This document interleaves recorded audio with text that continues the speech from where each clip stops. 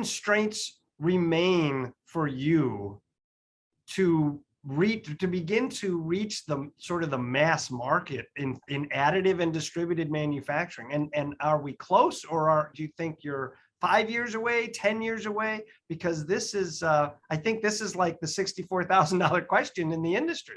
How close are you to scaling this kind of model? Right. With what we're doing, going back to what challenges and roadblocks there were to introducing this into automotive. As I said, we now have 8 major automotive brands as customers.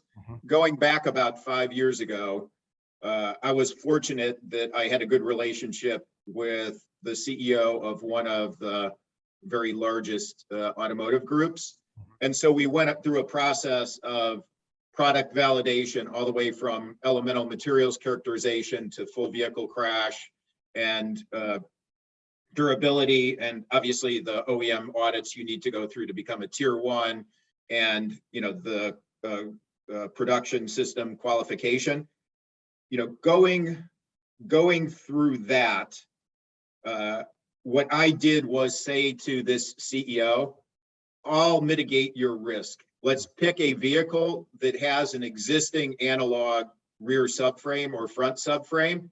Simply give me the attachment points, the design space, keep out zones, load cases, and we have full testing here, full durability, environmental, corrosion, A-pillar forward crash here. We'll create a structure for you. You give me a PO all the way through to production, but you'll only pay me, we'll only invoice when we hit milestones. That allowed us in the existing architecture and existing processes to create first replacement structures.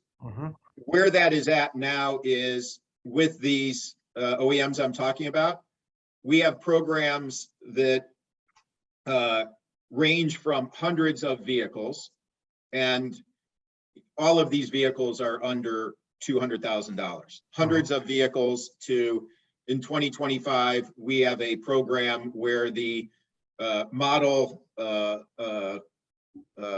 life of the model volume is over 300,000 vehicles. So we already are in a range which is under $100,000 vehicles for things like subframes and suspension systems. We're targeting right now, we have an SOP of September of 2022. So this year, in months, there's going to be a vehicle that is hundreds of vehicles.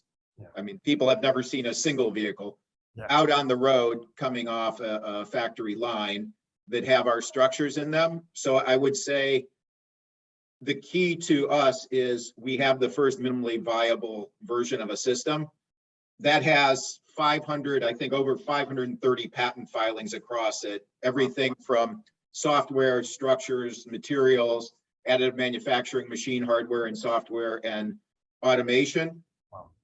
The next 2 years go relatively slow in that, we're doing these programs that are in the hundreds and thousands. We're executing them out of our LA manufacturing facility, which is really an R&D facility. And in 2024, we're setting up 2 facilities in Europe with multiple major auto manufacturers being supplied through that. We'll be the tier 1 supplier to that.